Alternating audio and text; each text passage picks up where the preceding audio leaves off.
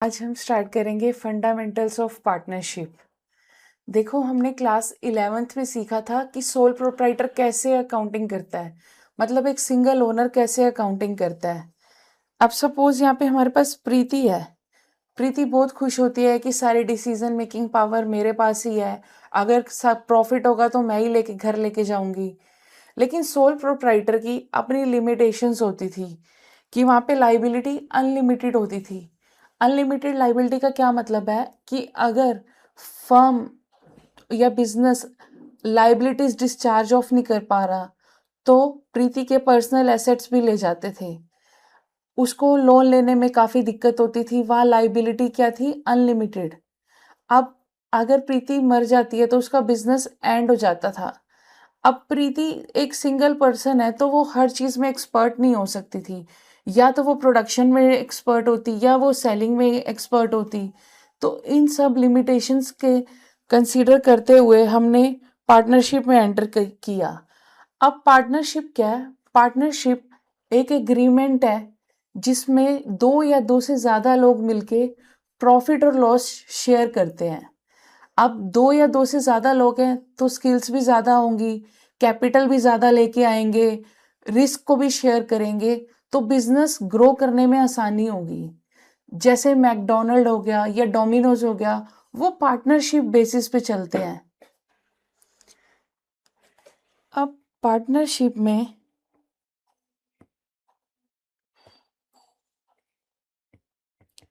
Partnership में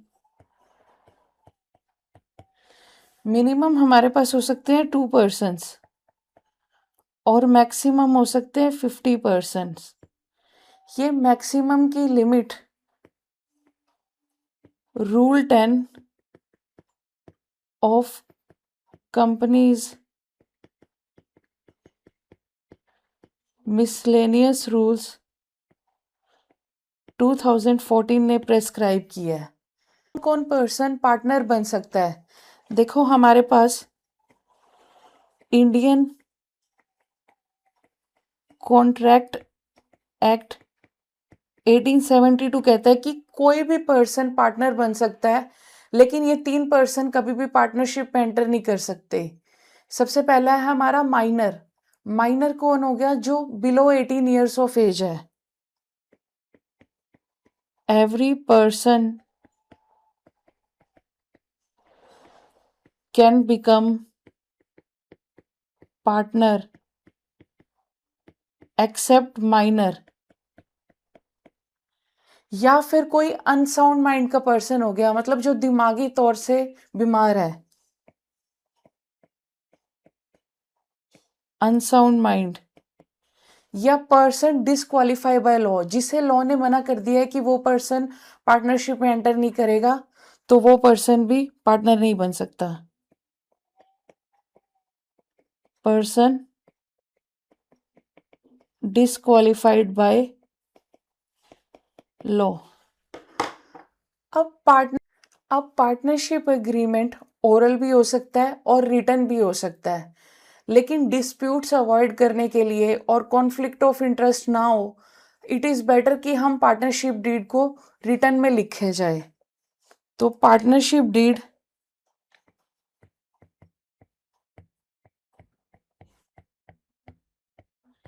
can be oral या written. जो रिटन पार्टनरशिप है इसको हम पार्टनरशिप डीड भी कहते हैं।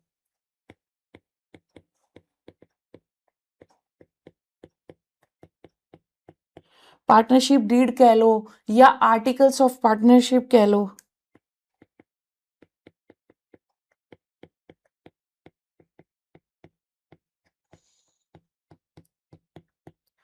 अब इस पार्टनरशिप डीड में क्या क्या मेंशन होता है?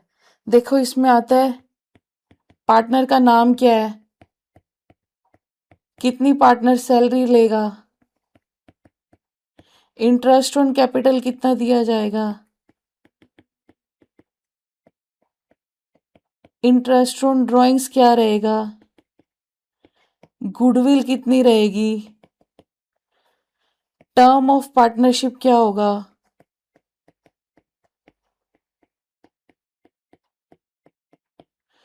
नेचर ऑफ पार्टनरशिप क्या होगा?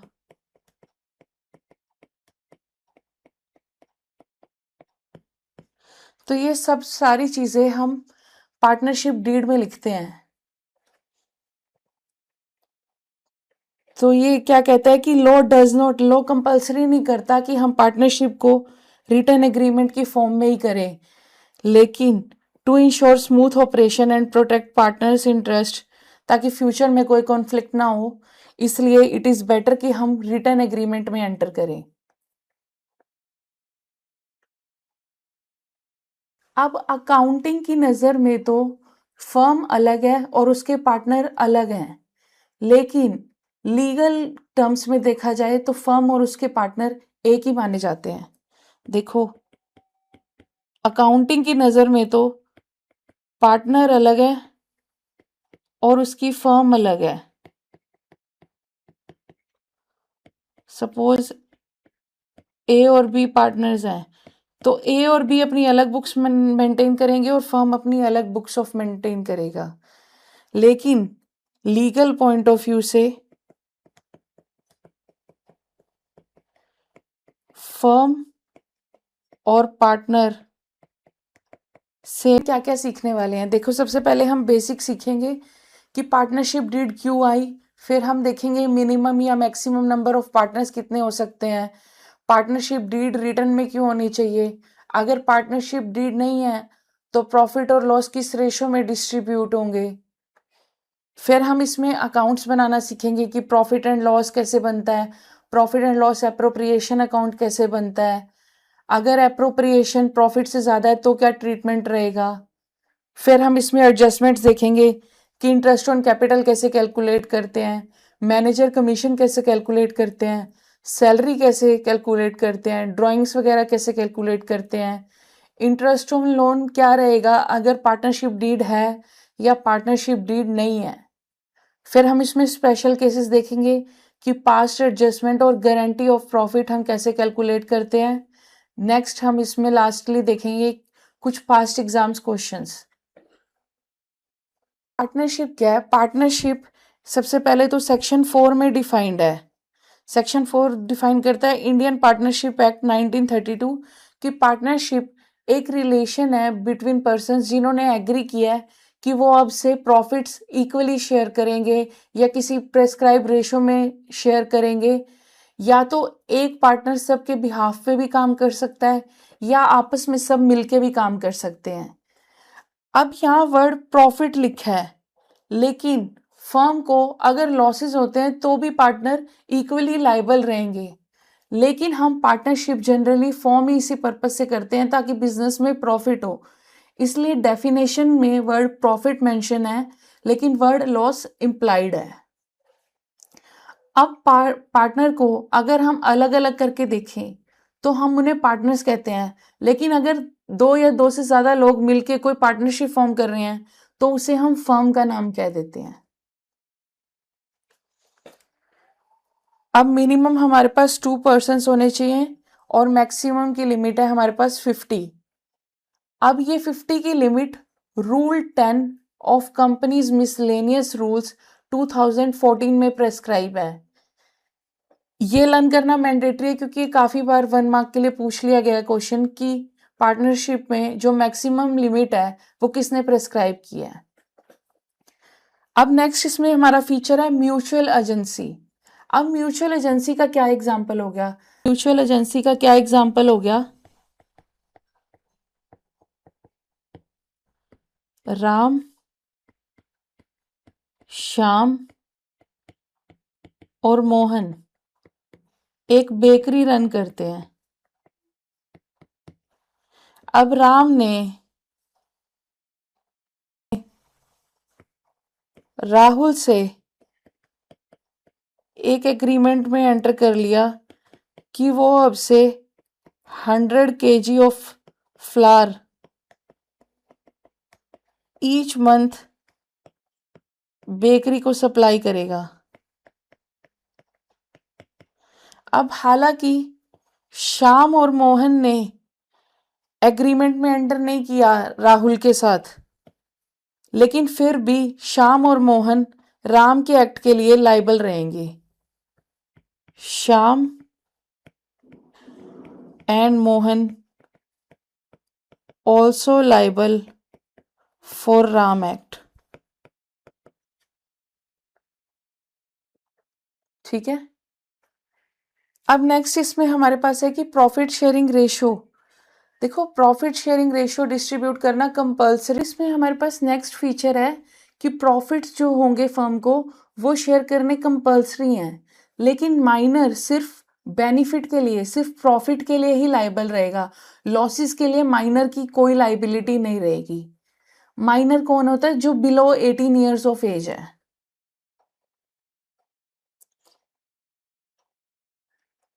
अब नेक्स्ट हम देखेंगे कि चार्ज और एप्रोप्रिएशन में क्या डिफरेंस है। देखो चार्ज जो है वो फर्म को देना ही देना पड़ेगा, चाहे फर्म को प्रॉफिट्स हो रहे हैं चाहे फर्म को लॉसेस हो रहे हैं। लेकिन एप्रोप्रिएशन तभी दिया जाएगा अगर फर्म के पास सफिशिएंट प्रॉफिट्स अवेलेबल है। अब चार्ज में क्या हो गया? जैसे कोई रेंट हो गया, इंटरेस्ट ऑन लोन हो गया, कोई डेप्रिसिएशन हो गया, कोई कैरेज आउटवर्ड हो गया। ये वाली वो आइटम्स हैं जो हमारे प्रॉफिट एंड लॉस में आती हैं।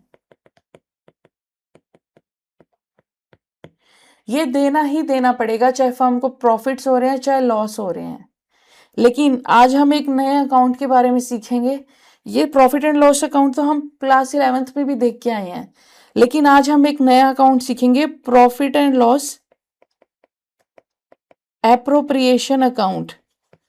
जहां हम देखेंगे कि ये अकाउंट तभी बनाया जाता है अगर फर्म के पास सफिशिएंट प्रॉफिट्स हो, तभी वो इंटरेस्ट ऑन कैपिटल, सैलरी या रिजर्व्स के लिए पैसा डिस्ट्रीब्यूट करेगी।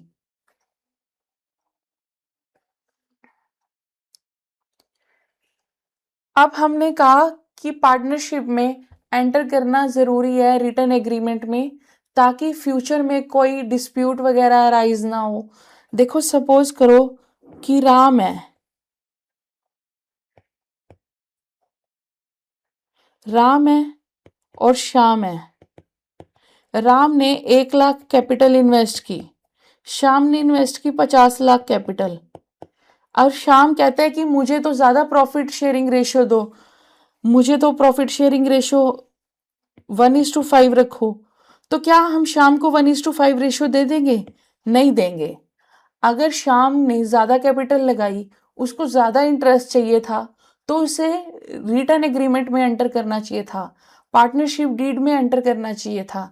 लेकिन अगर पार्टनरशिप डीड हमारी नहीं है, तो भले ही उसने कितनी ही कैपिटल लगाई हो, हम profit and loss equally share करेंगे, 1:1 की रेशियो में डिस्ट्रीब्यूट करेंगे।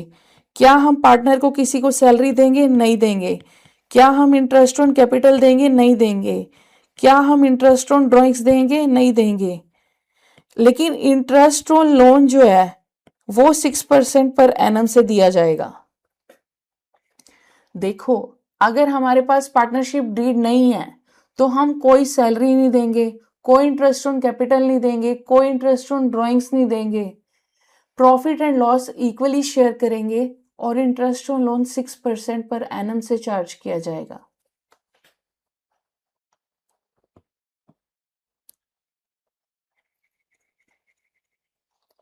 देखो missing partnership deed, profit and loss equally share होंगे चाहे कैपिटल कितनी भी हो।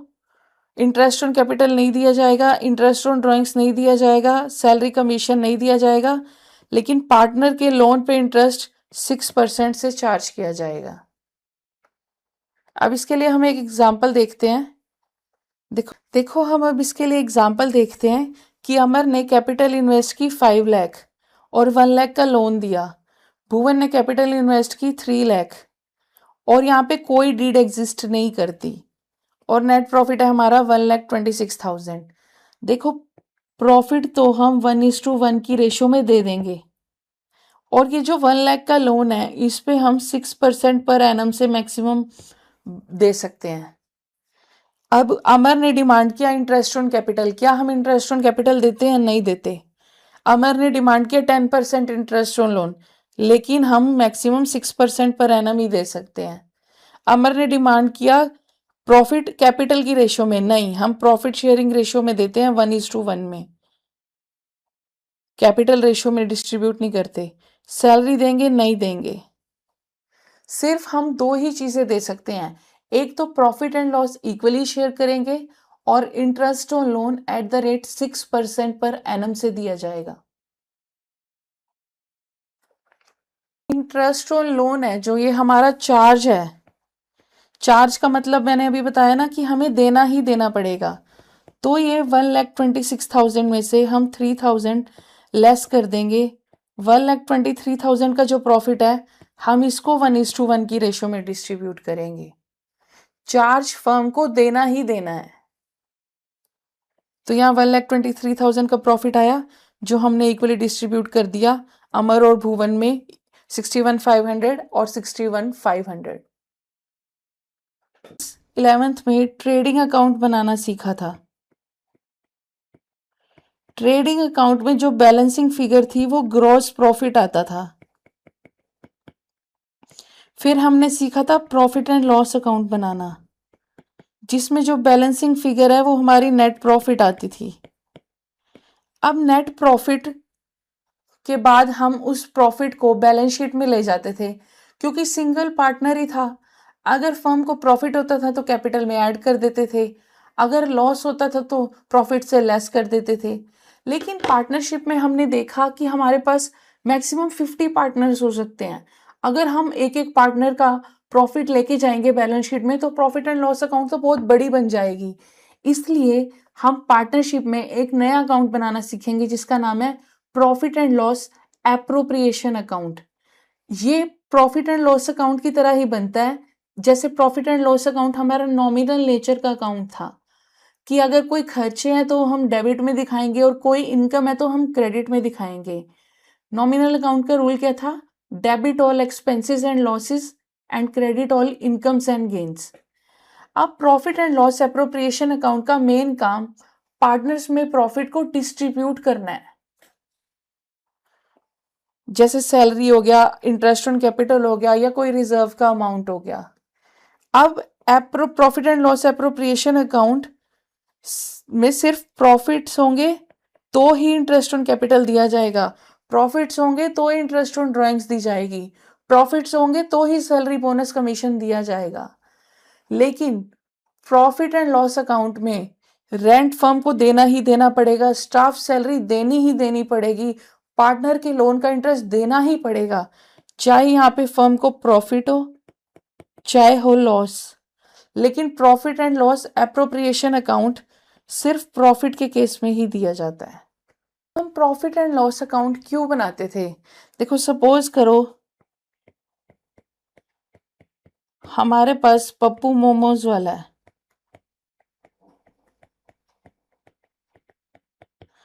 अब पप्पू मोमोज वाले ने सपोज करो सेल्स की 50,000 की, उसने वेजिटेबल परचेज की मोमोज के लिए 10,000 की, एक हेल्पर रखा 10,000 रुपये में, और गैस और सिलेंडर यूज किया फॉर मेकिंग 10,000 रुपये में। तो एट द एंड उसके पास कितना पैसा बचा सेल करने के बाद, उसका कितना प्रॉफिट आया, इस प्रॉफिट को जानने के लिए हम profit and loss appropriation account बनाते थे।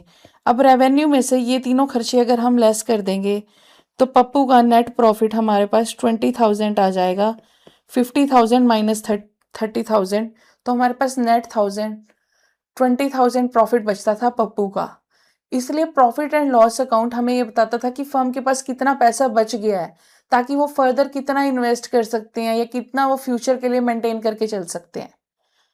अब प्रॉफिट एंड लॉस अकाउंट में हम क्या क्या आइटम्स लिखते थे? देखो, profit and loss account firm के पॉइंट ऑफ व्यू से बनता था, तो फर्म के लिए जो भी खर्चे हैं वो हम डेबिट में दिखाते थे। जैसे कोई सैलरी होगी, कोई रेंट हो गया, कोई डेप्रिसिएशन हो गया, कोई एडवर्टीजमेंट का खर्चा हो गया, कोई कैरेज आउटवर्ड हो गया। उसी जिस तरह से डेबिट साइड पे हम सारे खर्चे दिखाते थे, क्रेडिट साइड पे हम इनकम दिखाते थे, जैसे कोई कमीशन रिसीव हो गया, कोई डिस्काउंट रिसीव्ड हो गया,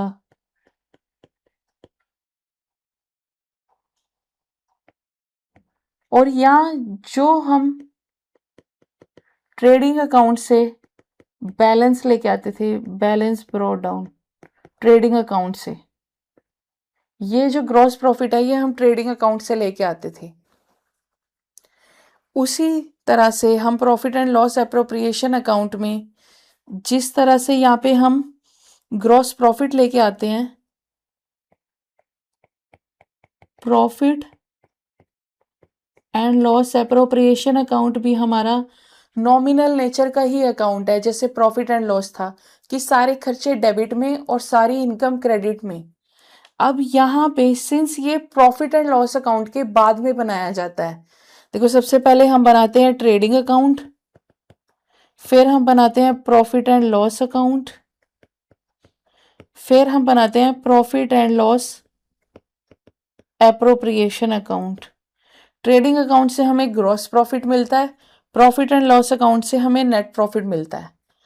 अब यहाँ पे जो बैलेंसिंग फिगर, सपोज हमारी क्रेडिट साइड ज्यादा है, यहाँ पे जो नेट प्रॉफिट आया,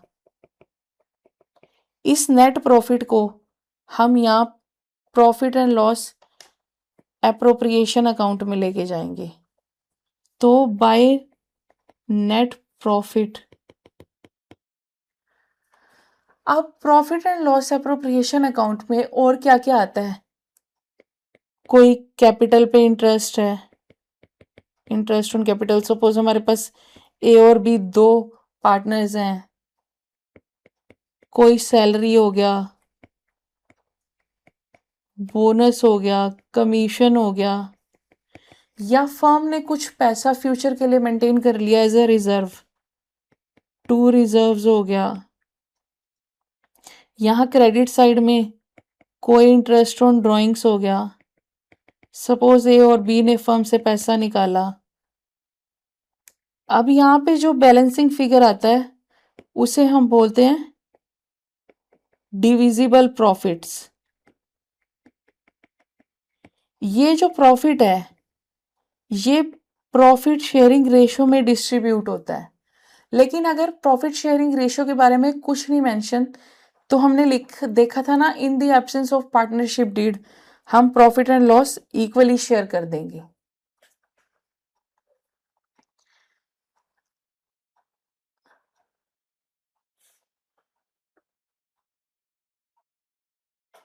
अब हमने ये इंटरेस्ट ऑन कैपिटल जो है ये डेबिट में क्यों दिखाया, देखो सपोज करो ए और बी दो पार्टनर्स हैं जिन्होंने फर्म में पैसा लगाया। ए ने 5 लाख रुपए दिए फर्म को और बी ने दिए 3 लाख रुपए फर्म को। अब ए और बी फर्म को कहते हैं कि अगर हम ये पैसा कहीं और इन्वेस्ट करते तो हमें इस इंटरेस्ट मिलता, तो आप हमें इंटरेस्ट दो। तो फर्म ने जो ए और बी को इंटरेस्ट दिया, ये इंटरेस्ट फर्म के लिए क्या है, खर्चा। तो फर्म के लिए खर्चा है तो हम फर्म के लिए खर्चे को डेबिट दिखाते हैं, इसलिए यहाँ हम interest on capital debit side दिखाया। जिस तरह से इंटरेस्ट ऑन कैपिटल फर्म के लिए खर्चा है, उसी तरह फर्म कहती है अगर तुम फर्म को पैसा देते हैं पार्टनर्स और उस पर इंटरेस्ट डिमांड करते हैं तो इंटरेस्ट ऑन कैपिटल लेते हैं। उसी तरह अगर फर्म से तुम ए और बी ने पैसा निकाला, अब जो ए और फर्म बी ने फर्म से पैसा निकाला इसे हम कहते हैं drawings. A and B withdraw money from firm, firm ने ए और बी को से इंटरेस्ट डिमांड किया। सिंस ये इंटरेस्ट फर्म के लिए क्या है, इनकम, तो इनकम हम क्रेडिट साइड दिखाते हैं। तो यहां हमने income, interest on drawings credit side दिखा दी। उसी तरह किसी पार्टनर को सैलरी देना, बोनस देना, कमीशन देना फर्म के लिए खर्चा है, तो फर्म के लिए खर्चा है तो ये डेबिट हो जाएगा। और फर्म कुछ पैसा फ्यूचर के लिए मेंटेन करके चलती है, लेकिन आज तो वो फर्म के लिए खर्चा ही है ना, तो इसलिए उसने फर्म ने डेबिट साइड दिखाया इसे। प्रॉफिट एंड लॉस अकाउंट और profit and loss appropriation account में क्या डिफरेंसेस है, देखो इसका primary objective profit and loss का अकाउंट का प्रॉफिट और लॉस फाइंड आउट करना है, जबकि इसका क्या है, प्रॉफिट एंड लॉस डिस्ट्रीब्यूट करना, एलोकेट करना। प्रॉफिट एंड लॉस में मैंडेटरी एक्सपेंसेस है, जैसे हमने देखा था रेंट हो गया, एडवर्टाइजमेंट हो गया, डेप्रिसिएशन का खर्चा हो गया। तो ये फर्म को करना ही करना है, चाहे फर्म के पास प्रॉफिट हो चाहे हो लॉस। लेकिन जो एप्रोप्रिएशन है वो तभी दिया जाएगा अगर फर्म के पास प्रॉफिट है। एप्रोप्रिएशन का एग्जांपल क्या हो गया, इंटरेस्ट ऑन कैपिटल हो गया, कोई सैलरी बोनस कमीशन हो गया। ये स्टार्ट होता है ग्रॉस प्रॉफिट के बैलेंसिंग फिगर से, जबकि ये स्टार्ट होता है नेट प्रॉफिट के बैलेंसिंग फिगर से। ये मैंडेटरी है सोल प्रोप्राइटर के लिए। सोल प्रोप्राइटर हो गया, पार्टनरशिप हो गया या कंपनीज हो गया। जबकि profit and loss appropriation account सिर्फ पार्टनरशिप और कंपनीज के अकाउंट में ही बनता है। तो मेन डिफरेंस क्या हो गया कि अगर सोल प्रोप्राइटर की अकाउंटिंग करनी है तो हम प्रॉफिट एंड लॉस अकाउंट बनाएंगे, और profit and loss appropriation account companies और पार्टनरशिप के लिए बनता है। अब हम इंटरेस्ट कैसे कैलकुलेट करेंगे। देखो सबसे पहले तो वो वाला पैसा जो फर्म ने पूरे साल के लिए रखा है उस पे इंटरेस्ट कैलकुलेट कर लेंगे। फिर अगर कोई उसने एडिशनल कैपिटल इंट्रोड्यूस किया है तो हम ये देखेंगे कि उसने किस डेट से इंट्रोड्यूस किया और कब तक वो कैपिटल रखी है।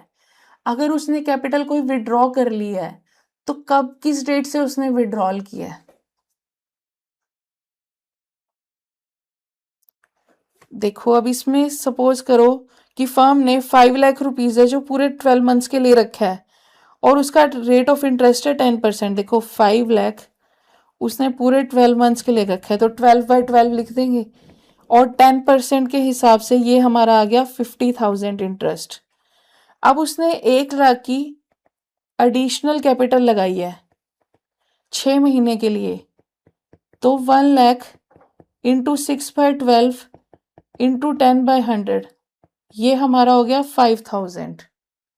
अब उसने कैपिटल विड्रॉ कर लिया 50,000 3 मंथ्स के लिए, तो 50,000 इंटू 3/12 इंटू 10/100, ये आ गया हमारा 1250। अब देखो सबसे पहले जो उसने 12 मंथ्स के लिए रखी है उसका इंटरेस्ट क्या है 50,000। फिर उसने जो एडिशनल कैपिटल लगाई है उसका इंटरेस्ट हम ऐड कर देंगे, ऐड 5,000। जो कैपिटल उसने विड्रॉ किया उसका इंटरेस्ट लेस कर देंगे 1250। तो ये हमारा टोटल आ गया 53,750। तो हमें सबसे पहले अगर कोई कैपिटल है उसने पूरे साल के लिए किया है तो उसका इंटरेस्ट अलग से कैलकुलेट कर लेंगे।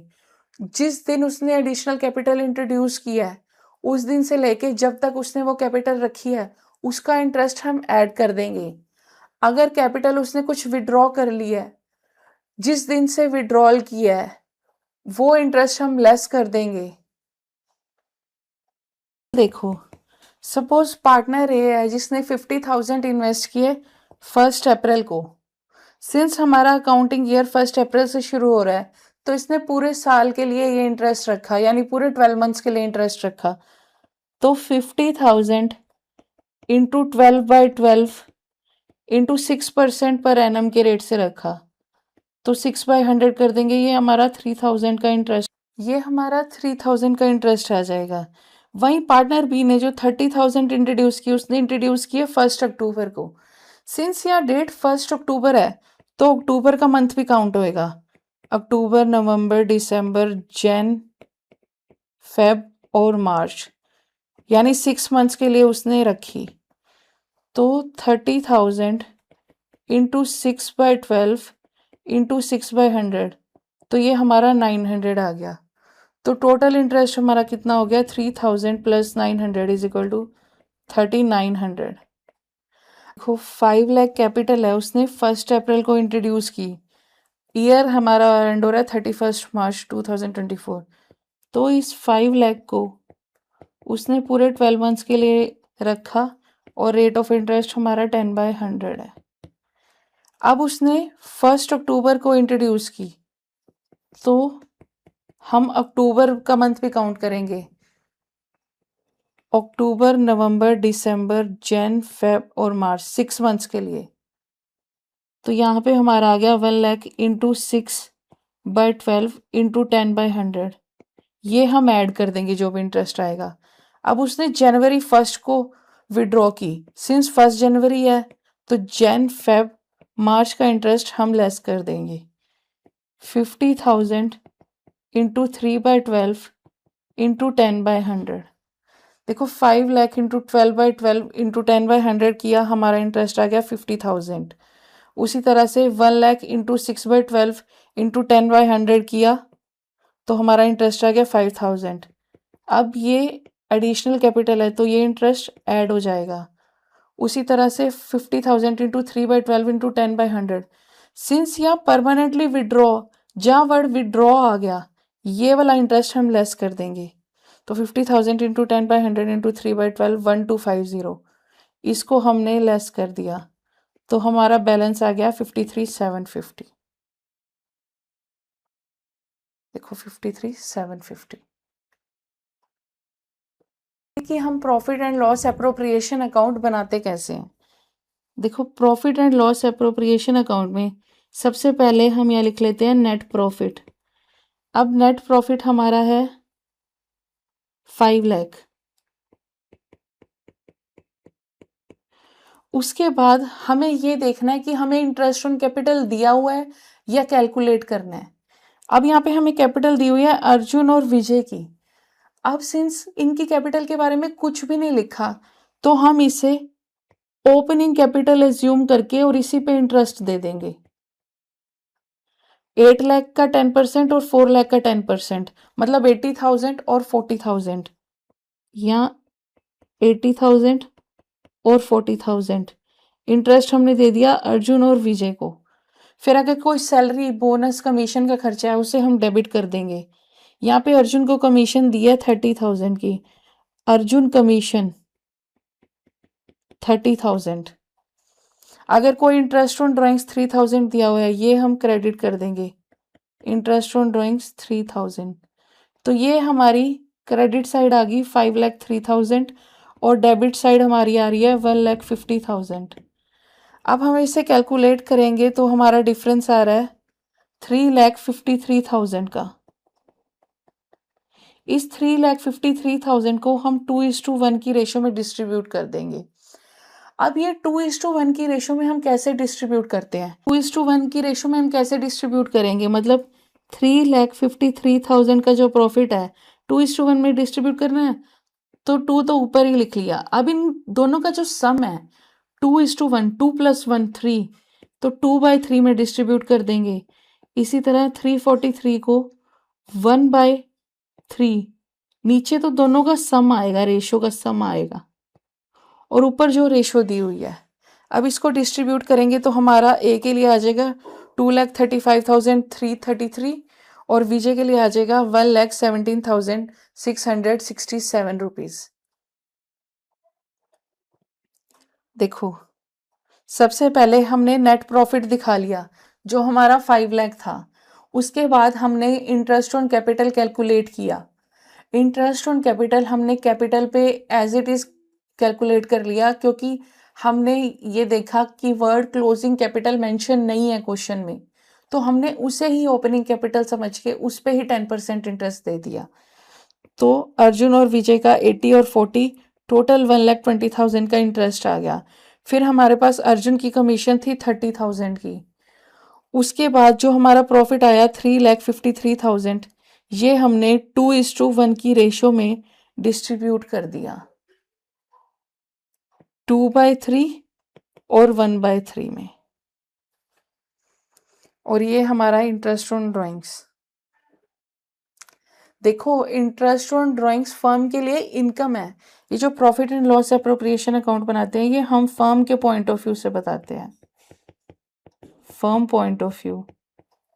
तो फर्म के लिए इनकम है इंटरेस्ट ऑन ड्राइंग्स, इसलिए क्रेडिट साइड में दिखाया है, और interest on capital salary bonus commission खर्चे हैं तो डेबिट में दिखाए गए हैं। 2:1 की रेशो में हम कैसे डिस्ट्रीब्यूट करेंगे, मतलब 3,53,000 का जो प्रॉफिट है 2:1 में डिस्ट्रीब्यूट करना है तो 2 तो ऊपर ही लिख लिया। अब इन दोनों का जो सम है 2:1, 2 + 1 3, तो 2/3 में डिस्ट्रीब्यूट कर देंगे।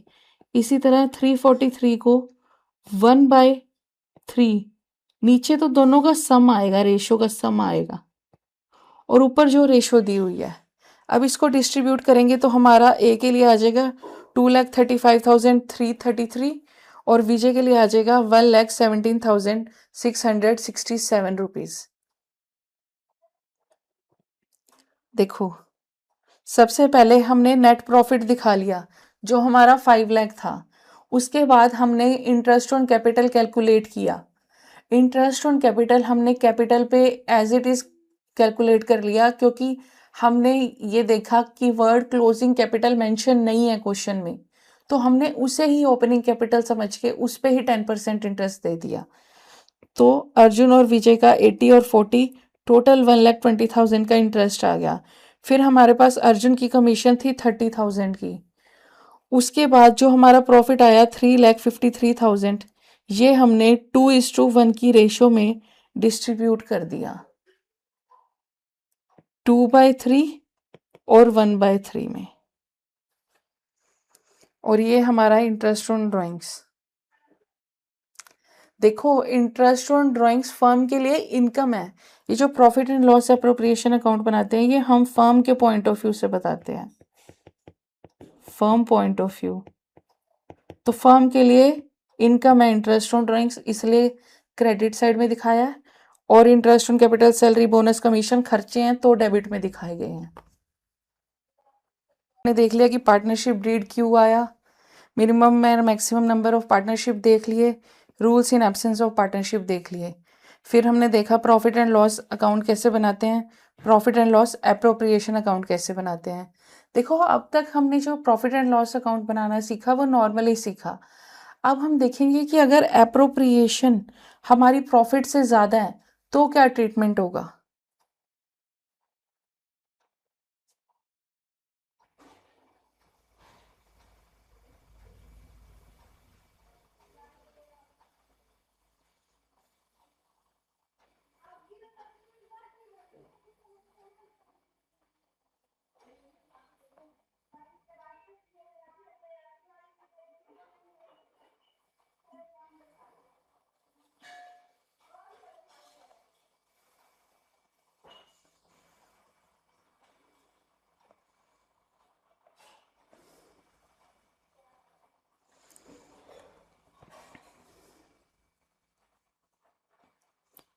देखो, अगर हमारी जो एप्रोप्रिएशन है वो प्रॉफिट से ज़्यादा है तो हम 3 स्टेप्स फॉलो करेंगे।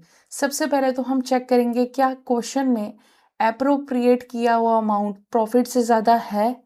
अगर है तो हम क्लेम की रेशो फाइंड आउट करेंगे कि किस किस रेशो में पार्टनर क्लेम कर रहे हैं। और नेक्स्ट पार्ट हम क्या करेंगे, हम प्रॉफिट को डिस्ट्रीब्यूट कर देंगे। तो हम 3 स्टेप्स देखेंगे इसमें। सबसे पहले हम देखेंगे कि क्या एप्रोप्रिएशन से हमारा प्रॉफिट ज़्यादा है, क्लेम की रेशो फाइंड आउट करेंगे और डिस्ट्रीब्यूट कर देंगे अवेलेबल प्रॉफिट। अब देखो, इसमें सबसे पहले प्रिया और नेहा पार्टनर्स हैं जिनकी प्रॉफिट शेयरिंग रेशो है 3:2। उनका नेट प्रॉफिट है 50,000। अब हमारा नेट प्रॉफिट तो है 50,000 का, और प्रिया ने क्लेम किया इंटरेस्ट ऑन कैपिटल और नेहा ने क्लेम की एनुअल सैलरी 60,000। अब उन्होंने 40,000 और 60,000 की रेशो में क्लेम किया है, मतलब 2:3, 2:3 की रेशो में। अब हमारा 1 लाख, सिंस उन्होंने क्लेम किया 40 + 60, 1 लाख एप्रोप्रिएशन किया उसने, जो हमारा 50,000 प्रॉफिट से ज़्यादा है। तो ये वाला केस हमारा, ये वाला केस हो गया जब हमारा एप्रोप्रिएशन का अमाउंट ग्रेटर देन है प्रॉफिट्स की। अब हम क्लेम की रेशो फाइंड आउट करेंगे। ये 2:3 क्या है, हमारी क्लेम की हुई रेशो, वो रेशो जो पार्टनर ने क्लेम की है। अब हम इस 50,000 के प्रॉफिट को 50,000 के प्रॉफिट को 2:3 में डिस्ट्रीब्यूट कर देंगे। 50,000 इंटू 2/3 का क्या मतलब हुआ, नीचे दोनों का सम होगा, 2 + 3 5।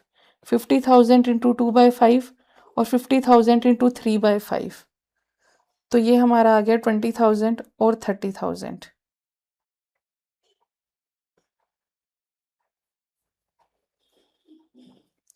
अब इसमें हम कुछ और एग्जांपल्स भी देखते हैं।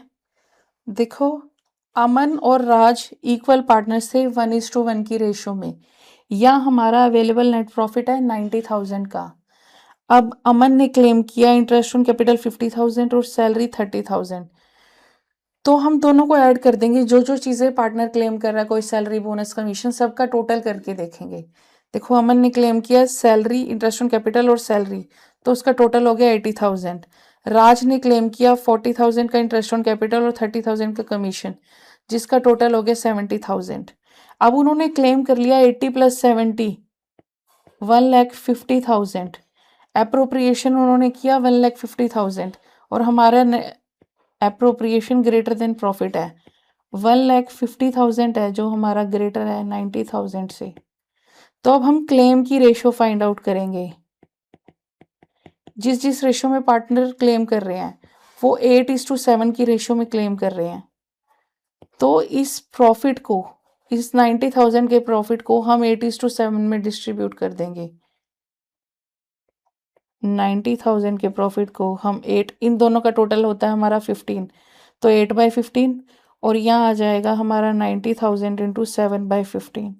तो ये हमारा आ गया, ये 7/15 है, 48,000 और 42,000, तो टोटल हमारा 90,000 इस रेशो में डिस्ट्रीब्यूट हो जाएगा।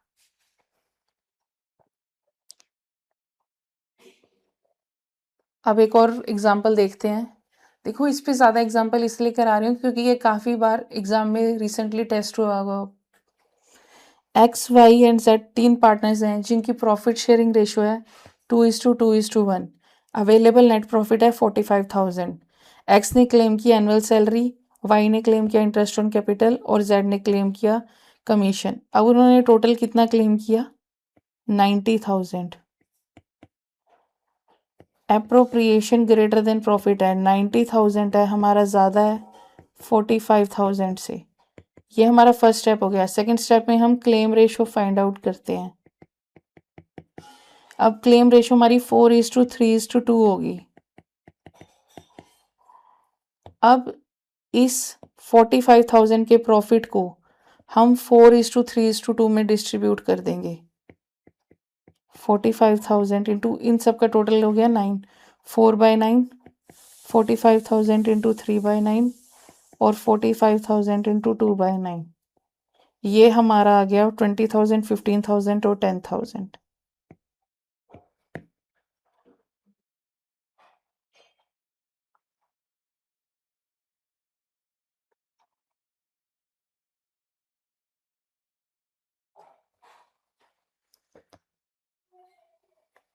देखो, अब हमने ये भी कवर कर लिया जब हमारा एप्रोप्रिएशन प्रॉफिट से ज़्यादा है। अब हम इसमें स्पेशल एडजस्टमेंट्स देखेंगे कि इंटरेस्ट ऑन कैपिटल तो हम देख चुके हैं। नेक्स्ट है हमारा मैनेजर कमीशन। अब मैनेजर कमीशन कैसे कैलकुलेट करते हैं?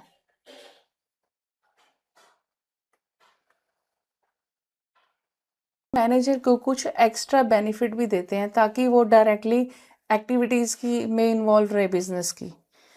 अब ये जो मैनेजर को हम कमीशन देते हैं, ये एक स्पेसिफिक परसेंटेज देते हैं प्रॉफिट्स के ऊपर। जितना फर्म का प्रॉफिट्स होगा उतनी ज़्यादा मैनेजर की कमीशन होगी। ये डायरेक्टली लिंक है कि फर्म को कितना प्रॉफिट हो रहा है। अब मैनेजर कमीशन हम दो तरह से कैलकुलेट करते हैं, बिफोर चार्जिंग सच कमीशन और आफ्टर चार्जिंग सच कमीशन। देखो, अगर मैनेजर को परसेंटेज दिया जा रहा है बिफोर चार्जिंग तो उसे इमीडिएटली दिया जाएगा। जो भी फर्म का नेट प्रॉफिट होगा उस इनटू रेट बाय 100 कर देंगे। देखो, अगर फर्म के पास नेट प्रॉफिट है 2,20,000 का, तो 2,20,000 का इनटू रेट बाय 100 किया तो 22,000 की प्रॉफिट्स, 22,000 की मैनेजर की कमीशन कैलकुलेट होगी। लेकिन वही अगर हम आफ्टर, अब हम अगर वर्ड आफ्टर चार्जिंग लिखा हुआ है तो हम क्या करेंगे? Into rate net profit into rate divided by 100 plus rate कर देंगे। तो सपोज करो यह हमारा प्रॉफिट था 2,20,000 इनटू रेट 10 और 100 प्लस रेट मतलब 100 + 10, तो 2,20,000 इंटू 10/110 करेंगे तो हमारा मैनेजर का कमीशन 20,000 आ जाएगा। तो हमें ये देखना है कि वर्ड हमारा बिफोर चार्जिंग सच कमीशन लिखा है या आफ्टर चार्जिंग सच कमीशन लिखा है। अगर वर्ड आफ्टर चार्जिंग लिखा है तो हम 2,20,000 इंटू रेट 10 है हमारा, 100 प्लस रेट 100 प्लस 10 110 करेंगे तो ये हमारा 20,000 का कमीशन आ गया। तो हमें ये बहुत ध्यान रखना है क्वेश्चन में कि word before charging such commission लिखा है या word after charging such commission लिखा है। अगर हम मैनेजर कमीशन ही गलत कैलकुलेट कर लेंगे तो हमारा प्रॉफिट गलत आ जाएगा। जी एग्जाम्पल दो, यहाँ पे ग्रॉस प्रॉफिट दिया हुआ है। सबसे पहले तो हमें ये ध्यान रखना है कि वर्ड ग्रॉस प्रॉफिट मेंशन है या नेट प्रॉफिट मेंशन है। अब हमें ग्रॉस प्रॉफिट दिया हुआ है, फर्म के खर्चे दिए हुए हैं, स्टाफ सैलरी और office rent. Manager is entitled to 10% after charging such commission. Since यह वर्ड आफ्टर चार्जिंग है तो 5 लाख में से हम पहले ये खर्चे, स्टाफ की सैलरी 1 लाख और 48,000 का रेंट माइनस करने के बाद कमीशन कैलकुलेट करेंगे। देखो 5 लाख हमारा ग्रॉस प्रॉफिट था, इसमें से ये हमने खर्चे माइनस किए तो 3,52,000 हमारा आया। अब इस 3,52,000 का सिंस यहाँ वर्ड आफ्टर चार्जिंग है तो 10 इंटू 110 हमने किया तो हमारा मैनेजर का कमीशन आ गया 32,000। तो हमारा फाइनल प्रॉफिट पार्टनर्स का कितना आया, 3,52,000 में हमने ये 32,000 का मैनेजर कमीशन लेस किया तो 3,20,000 जो प्रॉफिट है अब वो डिस्ट्रीब्यूट करेंगे हम। ये कि हम इंटरेस्ट ऑन ड्राइंग्स कैसे कैलकुलेट करेंगे। देखो हमारे पास इंटरेस्ट ऑन ड्राइंग्स कैलकुलेट करने के लिए 3 मेथड्स हैं। एक है हमारा सिंपल मेथड, एक है प्रोडक्ट मेथड और एक है हमारा एवरेज पीरियड मेथड। तो सबसे पहले हम देखेंगे सिंपल मेथड। देखो सिंपल मेथड और प्रोडक्ट मेथड तब यूज होता है जब हमारे पास अनइक्वल अमाउंट ऑफ विड्रॉल है, या तो कभी हम 2,000 पे निकाल रहे हैं, कभी 4,000 पे निकाल रहे हैं, कभी मार्च में निकाल रहे हैं और कभी मई में निकाल रहे हैं। तो यहाँ पे फ्रीक्वेंसी भी इरेगुलर है और अमाउंट भी इरेगुलर है। लेकिन अगर हम एक फिक्स्ड अमाउंट निकालेंगे कि 2,000 पर मंथ निकालना है, हमने हर मंथ निकालना है, तो इस चीज के लिए हमारा एवरेज पीरियड मेथड लग सकता है। तो सिंपल मेथड में हम देखेंगे जब हमारा अमाउंट ऑफ इरेगुलर है, इरेगुलर इंटरवल्स हैं, तो उस केस में हम कैसे कैलकुलेट करेंगे। जो भी हमारा ड्राइंग्स का अमाउंट है, सबसे पहले हम सिंपल मेथड की बात कर रहे हैं, जो भी हमारा ड्राइंग्स का अमाउंट है into rate divide by 100 into जितने मंथ्स के लिए वो ड्राइंग यूज हुई है। देखो इंटरेस्ट कैसे कैलकुलेट करेंगे, amount of drawing into rate by 100 into जितने मंथ्स के लिए वो ड्राइंग्स यूज हुई हैं डिवाइड बाय 12। अब इसके लिए हम एग्जांपल देखते हैं। देखो सबसे पहले तो हम ये देखेंगे कि 6,000 अमाउंट है, 6,000 उसने विड्रॉ किए मई 1 को। सिंस उसने मई 1 को यू विड्रॉ किए तो मई भी काउंट होएगा। मई, जून, जुलाई, अगस्त, सितंबर, अक्टूबर, नवंबर, दिसंबर, जैन, फेब, मार्च। तो उसने 11 मंथ्स के लिए यूज किया। तो 6,000 into 11 divide by 12 into rate है हमारा 10/100। अब ये हमारा सितंबर 30, सिंस यहाँ सितंबर 30 है, 30th सितंबर है, लास्ट डे सितंबर का, तो सितंबर का मंथ काउंट नहीं होएगा। अक्टूबर, नवंबर, दिसंबर, जैन, फेब, मार्च, 6 मंथ्स के लिए उसने विड्रॉ किया है। तो 4,000 इंटू 6/12 इंटू 10/100 करेंगे। अब यहाँ जनवरी 1 को उसने विड्रॉ किया है, जैन 1 है तो जैन का पूरा मंथ कैलकुलेट होएगा, जैन, फेब, मार्च, 3 मंथ्स के लिए। तो 5,000 इंटू 3/12 इंटू रेट है हमारा 10/100। तो हमने हर एक केस के लिए अलग अलग अमाउंट कैलकुलेट किया। देखो 6,000 इंटू 10/100 इंटू 11/12 किया, ये हमारा 550 आया। फिर 4,000 को 10/100 इंटू 6 मंथ्स के लिए किया तो 200 आया। इसको 3 मंथ्स के लिए कैलकुलेट किया तो इसका 125 आया। तो टोटल हम इंटरेस्ट हमारा 875, टोटल इंटरेस्ट हमारा 875 आ गया। ठीक है, नेक्स्ट अब हम देखेंगे कि हम प्रोडक्ट मेथड में कैसे कैलकुलेट करेंगे। देखो प्रोडक्ट मेथड में हम जो भी अमाउंट है इनटू नंबर ऑफ मंथ्स, जितने मंथ के लिए यूज़ किया है उसको पहले मल्टीप्लाई करके प्रोडक्ट निकाल लेंगे। तो जो टोटल ऑफ प्रोडक्ट्स आएगा इंटू 1/12 करेंगे और इंटू रेट बाय 100 करेंगे। देखो जैसे 6000 है, 6000 इंटू 11 मंथ्स है तो 11 मंथ्स को मल्टीप्लाई कर देंगे। फिर 4000 6 मंथ्स के लिए है तो 4000 इंटू 6 बाय मल्टीप्लाई कर देंगे। 5000 है 3 मंथ्स के लिए है तो 5000 इंटू 3 मल्टीप्लाई कर देंगे। देखो 6000 इंटू 11 मल्टीप्लाई किया 66,000 आया। 4000 को 6 मंथ्स के लिए मल्टीप्लाई किया तो 24,000 आया। 5000 को 3 मंथ्स के लिए से मल्टीप्लाई किया तो 15,000 आया। तो इन टोटल ऑफ प्रोडक्ट्स का टोटल आ रहा है 1,05,000। तो 1,05,000 इंटू रेट है हमारा 10/100 इंटू 1/12 करेंगे तो हमारा 875 आ जाएगा।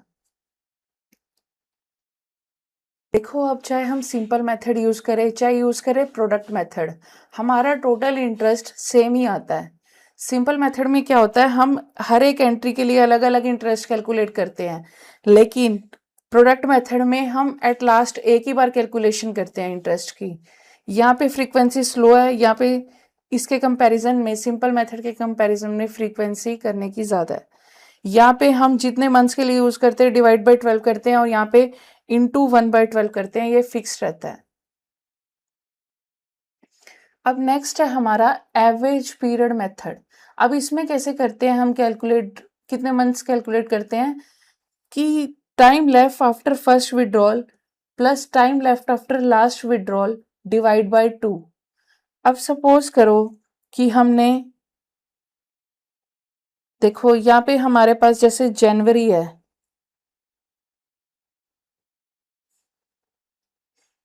जनवरी है, फरवरी है, मार्च है, अप्रैल है, मई है, जून है, जुलाई है, अगस्त है, सितंबर है, अक्टूबर है, नवंबर है और दिसंबर है। हमारे पास 12 मंथ्स के लिए दी हुई है। अब यहाँ पे बिगिनिंग ऑफ द मंथ है तो मतलब 1 जनवरी को भी कैलकुलेट करेंगे तो यहाँ पे क्या आ गया 12 मंथ्स के लिए। Time left after first withdrawals और time left after last withdrawal. अब ये बिगिनिंग है तो दिसंबर का भी मंथ कैलकुलेट होगा तो 12 + 1 डिवाइड बाई 2 करेंगे तो 13/2 करेंगे तो 6.5 मंथ्स के लिए होगा। इसी तरह अगर हम मिडल ऑफ द मंथ करते हैं तो यहाँ पे 0.5 मंथ्स बचे और ये बचे 11 मंथ्स, तो बिगिनिंग में हमारा आ गया 11.5 मंथ्स और लास्ट में हमने दिसंबर का मंथ भी हाफ लिया तो 11.5 + 0.5 डिवाइड बाई 2 करेंगे 12/2 = 6 मंथ्स के लिए एवरेज पीरियड आएगा। अगर हम एंड ऑफ द मंथ करेंगे तो हम जनवरी 31 से काउंट करेंगे तो जनवरी का मंथ काउंट नहीं होगा, तो ये काउंट होगा फेब से। तो फेब से दिसंबर तक हमारे पास हो गए 11 मंथ्स। सिंस यहाँ एंड ऑफ द मंथ है तो दिसंबर में भी हम एंड ऑफ द मंथ करेंगे तो 0 आएगा, तो 11/2 5.5 मंथ्स के लिए कैलकुलेट हो जाएगा। अब देखो एग्जाम्पल, देखो यहाँ पे है 2000 पर मंथ विड्रॉल किया है। अब इसमें कुछ नहीं मेंशन तो हम मानेंगे कि ये बिगिनिंग ऑफ द मंथ ही है। देखो 2000 पर मंथ है, सबसे पहले तो हम इसको एनुअली कैलकुलेट कर लेंगे। 2000 इंटू 12 24,000 आ गया हमारा एनुअल ड्रॉइंग्स। अब ये 24,000 सपोज हमारा रेट है यहाँ पे 12%, तो 24,000 इंटू 12/100 इंटू 6.5/12 अगर हमने beginning of the month calculate करना है। उसी तरह से अगर आपने middle of the month calculate करना है तो 24,000 इंटू 12/100 इंटू यहाँ हमारा आया था 6 मंथ्स के लिए इंटू 6/12 कर देंगे। अगर हमने एंड ऑफ द मंथ करना है तो 24,000 इंटू 12/100 इंटू 5/5 डिवाइड बाई 12 कर देंगे।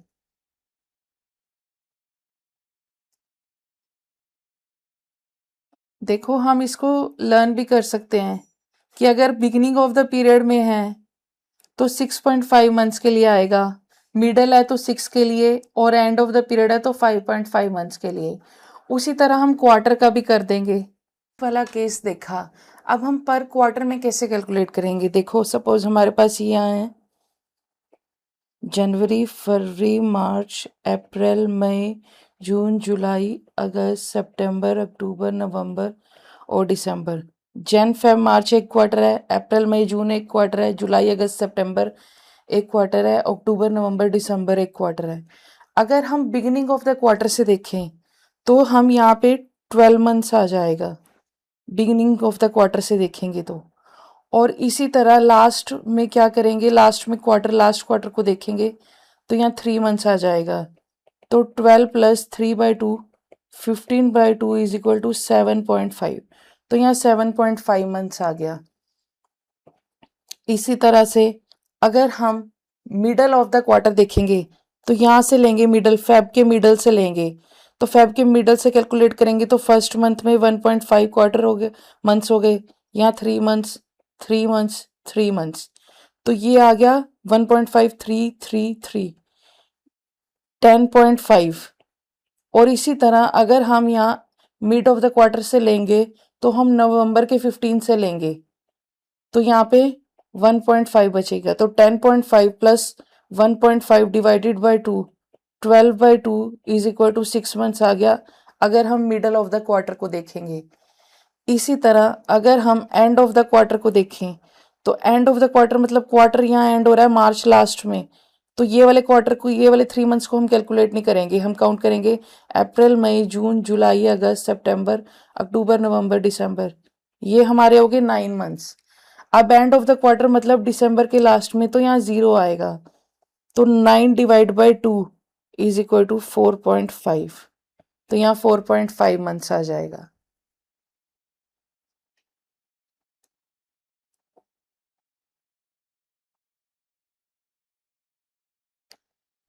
इसी तरह अगर हम 6 मंथ्स के लिए देखेंगे तो हमारा एवरेज पीरियड आ रहा है 3.5 बिगिनिंग का, मिडल का 3 और एंड का 2.5। अब हम कुछ प्रैक्टिकल क्वेश्चंस देखते हैं कि हम इंटरेस्ट ऑन ड्राइंग्स, अगर हमें दी हुई है drawings beginning of the month में, तो बिगिनिंग ऑफ द मंथ में हमने देखा था कि हम 6.5 मंथ्स के लिए कैलकुलेट करते हैं। 6.5 मंथ्स के लिए तो सबसे पहले तो ये जो 5,000 है ये पर मंथ है, तो इंटू 12 करके 60,000 निकाल लेंगे। अब 60,000 का 6.5 डिवाइडेड बाई 12 और रेट है हमारा 8/100, तो ये आ गया हमारा 2600। ठीक है। उसी तरह से अगर ड्राइंग्स हमारी middle of the every month दी हुई है तो 4,000 in the middle of every month दिया है, तो सबसे पहले तो इस 4,000 को इंटू 12 से मल्टीप्लाई करेंगे। 12 4 से 48,000 ये हमारा अमाउंट आया। अब middle of the every month के केस में हम 6 मंथ्स देखते थे एवरेज पीरियड। देखो मिडल के केस में हम 6 मंथ्स देखते थे, तो यहाँ पे हम इंटू 6/12 कर देंगे और रेट यहाँ पे हमारा है 9% पर एनम, तो ये आ गया हमारा 2160 हुआ है कि drawings at the end of the quarter. Suppose partner C है जिसने विड्रॉ किया 15,000 at the end of each quarter. अब एंड ऑफ द क्वार्टर के लिए हम 4.5 मंथ्स देखते थे एवरेज पीरियड। अब ये 15,000 पर क्वार्टर है, तो सबसे पहले तो 15,000 को इंटू 4 करेंगे, यहाँ आएगा हमारा 60,000। 60,000 into 4/5 divided by 12, rate of interest है हमारा 10/100, तो ये आ गया हमारा 2250। अब यहाँ पे हमने देखा कि 15,000 वो हर क्वार्टर के लिए विड्रॉ कर रहा है, मतलब अमाउंट सेम था। लेकिन अब नेक्स्ट एग्जांपल में देखो पार्टनर डी ने इरेगुलर ड्राइंग्स की, कभी तो उसने 20,000 का अमाउंट विड्रॉ किया, कभी 10,000 का, कभी 15,000 का। अब उसने मई 1 को विड्रॉ किया तो मई का मंथ भी काउंट होगा। मई जून जुलाई अगस्त सितंबर अक्टूबर नवंबर दिसंबर जन फेब मार्च, तो उसने यहाँ ईयर एंड हो रहा है 31 दिसंबर को, तो ये 20,000 सिंस मई 1 है तो मई का मंथ भी कैलकुलेट होगा। मई जून जुलाई अगस्त सितंबर अक्टूबर नवंबर और दिसंबर 8 मंथ्स के लिए आ गया, तो यहाँ आ गया हमारा 1,60,000। अगस्त 1 है तो अगस्त का मंथ भी कैलकुलेट होगा, अगस्त, सितंबर, अक्टूबर, नवंबर, दिसंबर। तो यहाँ हमारा आ गया 5 मंथ्स के लिए, ये आ गया हमारा 50,000। अब उसने नवंबर 30 को किया तो नवंबर का मंथ कैलकुलेट नहीं होएगा, सिर्फ दिसंबर का आएगा 1 मंथ, तो 15,000। तो ये हमारा टोटल आ गया 2,25,000। अब हम प्रोडक्ट मेथड से कैलकुलेट कर रहे हैं तो 1/12 हमारा फिक्स रहता है और रेट हमारा 12% पर एनम है। तो ये अमाउंट हमारा आ गया 2250। जितने भी एग्जाम्पल देखे वहाँ हमें पता था कि डेट ऑफ विड्रॉल क्या है, लेकिन यहाँ पे एग्जैक्ट डेट मेंशन नहीं है। अगर हमारे पास एग्जैक्ट डेट मेंशन नहीं है तो हम 6% के हिसाब से कर देंगे, 6 मंथ्स के लिए 6/12 कर देंगे। और रेट ऑफ इंटरेस्ट भी यहाँ हमारा 6% है और टोटल विड्रॉल 1 लाख पूरे साल का है। तो 1 लाख इंटू 6/12 इंटू 6/100, ये हमारा 3,000 आ गया।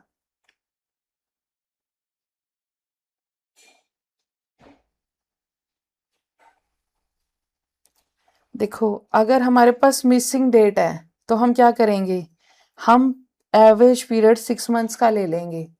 सपोज राहुल ने विड्रॉ किया 50,000 during the year at the rate 10%, तो यहाँ पे हमने 6 मंथ्स के लिए कैलकुलेट कर दिया राहुल का विड्रॉल, क्योंकि हमें पता नहीं थी एग्जैक्ट डेट क्या है।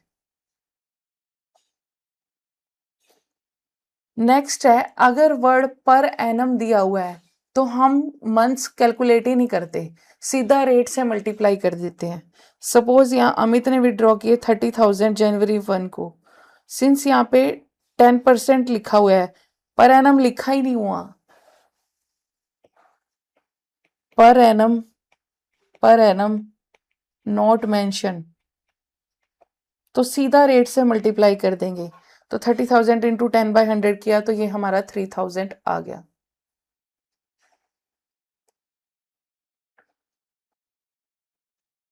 या हम उसे समराइज करते हैं। देखो अगर अनइक्वल या इरेगुलर अमाउंट था तो हमने सिंपल या प्रोडक्ट मेथड यूज किया, अगर इक्वल रेगुलर ड्राइंग्स थी तो हमने एवरेज पीरियड कैलकुलेट किया, अगर मिसिंग डेट है तो हमने 6 मंथ्स के लिए कैलकुलेट किया, और अगर missing word per annum mention है तो टाइम को हमने इग्नोर किया, सीधा परसेंटेज से मल्टीप्लाई कर दिया। इंटरेस्ट ऑन कैपिटल सीखा सबसे पहले, फिर हमने मैनेजर कमीशन देखा। अब सैलरी का क्या ट्रीटमेंट रहता है profit and loss appropriation account में।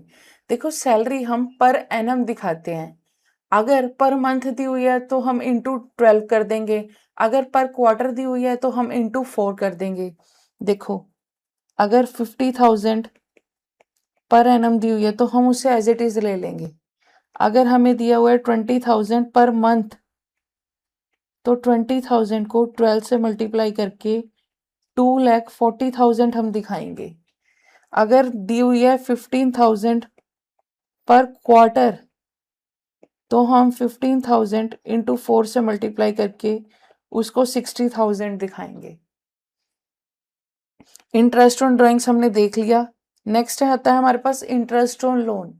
देखो इंटरेस्ट ऑन लोन अगर डीड में मेंशन है तो हम उस हिसाब से दे देंगे, और अगर डीड में मेंशन नहीं है तो हम 6% पर एनम से चार्ज करेंगे। पार्टनर्स कैपिटल अकाउंट दो तरह का है, एक तो हमारे पास है फिक्स्ड कैपिटल अकाउंट और एक है हमारे पास फ्लक्चुएटिंग कैपिटल अकाउंट। देखो फिक्स्ड कैपिटल अकाउंट में हम कैपिटल का अलग अकाउंट बनाते हैं और करंट अकाउंट का अलग बनाते हैं। देखो फिक्स्ड में अगर कैपिटल अकाउंट है तो कैपिटल अकाउंट में सिर्फ हम जो बैलेंस ब्रॉट डाउन है वो लिखेंगे, कोई अगर एडिशनल कैपिटल इंट्रोड्यूस हुई है वो लिखेंगे, कोई कैपिटल विड्रॉ हुई है वो लिखेंगे। लेकिन जो ये सारी एडजस्टमेंट्स हैं, प्रॉफिट्स की होगी, इंटरेस्ट ऑन कैपिटल की होगी, ये हम करंट अकाउंट के थ्रू करेंगे, जबकि कैपिटल अकाउंट हम फिक्स रखेंगे। यहाँ कैपिटल अकाउंट में हम सिर्फ बैलेंस ब्रॉट डाउन लिखेंगे, कोई एडिशनल कैपिटल लिखेंगे या कोई विड्रॉन कैपिटल लिखेंगे, और जबकि सारी एडजस्टमेंट हम ड्राइंग्स की, प्रॉफिट्स की, इंटरेस्ट ऑन कैपिटल की करंट अकाउंट के थ्रू करेंगे। लेकिन फ्लक्चुएटिंग कैपिटल अकाउंट में हम सिर्फ एक ही अकाउंट बनाते हैं, तो कैपिटल भी इसी में आएगी, प्रॉफिट्स भी इसी में आएंगे, आईओसी भी इसी में ही आएगा। अगर हमें क्वेश्चन में मेंशन नहीं है कि हमें कौन सा मेथड लगाना है, तो हम हमेशा फ्लक्चुएटिंग कैपिटल लगाएंगे इन the absence of any method. देखो पार्टनर्स कैपिटल अकाउंट और करंट अकाउंट में क्या डिफरेंस है। ये सिर्फ इन्वेस्टमेंट को रिकॉर्ड करता है, जबकि ये ऑपरेशनल ट्रांजैक्शन भी रिकॉर्ड करता है, जैसे इंटरेस्ट ऑन कैपिटल हो गया, सैलरी हो गया। यहाँ पे हमारे बैलेंसेस ओपनिंग बैलेंस आता है, एडिशनल कैपिटल आता है या विड्रॉल ऑफ कैपिटल आता है, जबकि यहाँ पे salary, commission, interest on capital, drawings, normal drawings, profit sharing ratio आता है। अब कैपिटल अकाउंट का बैलेंस हमेशा क्रेडिट बैलेंस होता है, जबकि करंट अकाउंट में हमारे पास डेबिट बैलेंस भी हो सकता है और क्रेडिट बैलेंस भी हो सकता है। अब कैपिटल जनरली फिक्स रहती है ओवर द ईयर, लेकिन करंट अकाउंट के बैलेंसेस चेंज होते रहते हैं। मेथड का एक एग्जाम्पल देखते हैं। देखो सपोज करो यहाँ पे अर्जुन और भीम पार्टनर्स हैं, जिनकी प्रॉफिट शेयरिंग रेशियो है 3:2। ऑन 1 अप्रैल उनके बैलेंसेस हैं 50 लाख और 30 लाख रिस्पेक्टिवली, और पार्टनरशिप डीड कहती है कि उन्हें इंटरेस्ट ऑन कैपिटल दिया जाएगा at the rate 10% per annum. Arjun को सैलरी दी जाएगी 50,000 पर मंथ। सबसे पहले तो हम इस सैलरी को एनुअली कन्वर्ट कर देंगे इंटू 12 करके। नेक्स्ट भीम को दी जाएगी commission 2 lakh for a year. Drawings उनकी हैं 4 लाख और 2,50,000, और इंटरेस्ट ऑन ड्राइंग्स दिए हुए 20,000 एंड 12,500। अगर बैलेंसेस के बारे में कुछ नहीं मेंशन, तो हम इसे ओपनिंग कैपिटल मान के और इसी पे इंटरेस्ट दे देंगे 10% पर एनम। अब 50 लाख का और 30 लाख का 10% करेंगे तो हम ये आ गया हमारा 5 लाख और 3 लाख। उसके बाद हमें दी हुई है अर्जुन की सैलरी 50,000 इंटू 12, तो ये आ गया हमारा 6 लाख सैलरी। उसके बाद हमारे पास है commission 2 lakh for a year, तो यहाँ पे 2 लाख की कमीशन आ गई। नेक्स्ट हमारे पास इंटरेस्ट ऑन ड्रॉइंग्स दिया हुआ है 20,000 और 12,500, और हमारा नेट प्रॉफिट है 25 लाख। अब हमारे पास ये है डेबिट साइड और ये है हमारी क्रेडिट साइड। तो अब हमारी क्रेडिट साइड ज़्यादा है, तो ये अमाउंट हमारा क्या आ गया, डिविजिबल प्रॉफिट्स। तो हमारा टोटल डिविजिबल प्रॉफिट्स आ रहा है 932,500, जिसे हमने 3/5 और 2/5 में डिस्ट्रीब्यूट कर दिया, 559,500 और 3,73,000। अब हम profit and loss appropriation account से पार्टनर्स कैपिटल अकाउंट कैसे बनाएंगे। देखो सबसे पहले तो हमने बैलेंस ब्रॉट डाउन लिखा, जो ये हमारा बैलेंस था 50 लाख और 30 लाख का। इसके बाद अगर कोई चीज प्रॉफिट एंड लॉस एप्रोप्रिएशन में डेबिट साइड आ रही है, तो वो पार्टनर्स कैपिटल अकाउंट में क्रेडिट साइड आएगी। देखो यहाँ पे इंटरेस्ट ऑन कैपिटल था 5 लाख और 3 लाख, तो यहाँ पे हमने इंटरेस्ट ऑन कैपिटल दिखा दिया 5 लाख और 3 लाख। यहाँ पे हमारी सैलरी थी 6 लाख, यहाँ पे हमने सैलरी दिखा दी 6 लाख, सिंस वो अर्जुन की सैलरी थी। भीमा की कमीशन थी 2 लाख, तो भीमा के अकाउंट में भीमा की कमीशन दिखा दी। अब ये डिविजिबल प्रॉफिट्स हमारे 5,59,500 और 3,73,000। अब एक चीज जो पार्टनर्स कैपिटल अकाउंट में दिखाते हैं और profit and loss appropriation account में नहीं दिखाते, वो है हमारी ड्राइंग्स। तो ड्राइंग्स आप लिखना भूल सकते हो, इसको स्टार मार्क कर लो। नेक्स्ट है हमारे पास इंटरेस्ट ऑन ड्राइंग्स। ये profit and loss appropriation account में हमारा क्रेडिट साइड आता है, तो पार्टनर्स में हमारा डेबिट साइड आ जाएगा। अब हम टोटल करेंगे और जो हमारी बैलेंसिंग फिगर होएगी, ये हमारा बैलेंस कैरी डाउन आ जाएगा 6,23,9,500 और 36,10,500। हमने अकाउंट प्रिपेयर किया है, यहाँ पे हमने फ्लक्चुएटिंग मेथड से प्रिपेयर किया है। अगर हम फिक्स से बनाते तो वहाँ हम दो अकाउंट बनाते, ओपनिंग बैलेंस और एडिशनल कैपिटल के लिए कैपिटल अकाउंट, और बाकी सारी एडजस्टमेंट के लिए हम करंट अकाउंट प्रिपेयर करते। देखेंगे पास्ट एडजस्टमेंट। देखो पास्ट एडजस्टमेंट का क्या मतलब है। पास्ट एडजस्टमेंट का क्या मतलब है।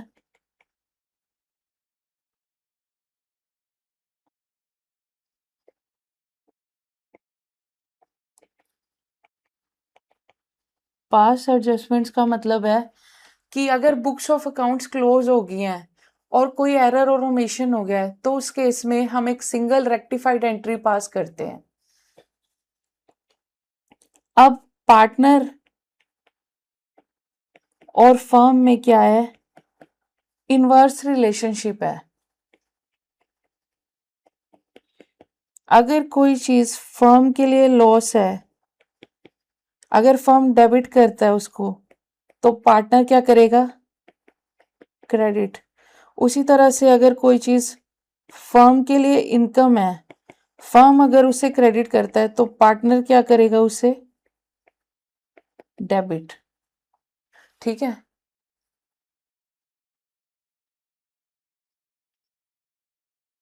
अब देखो हम पास्ट एडजस्टमेंट में क्या करते हैं। सपोज करो हमने कोई प्रॉफिट है वो गलत डिस्ट्रीब्यूट कर दिया। अगर हमने गलत डिस्ट्रीब्यूट किया तो हमने उसे क्रेडिट किया होगा। अब उसका इफेक्ट खत्म करना है तो हम उसे डेबिट कर देंगे। Reverse the wrong, cancel out the mistake, take back wrong profits, debit कर देंगे उसे।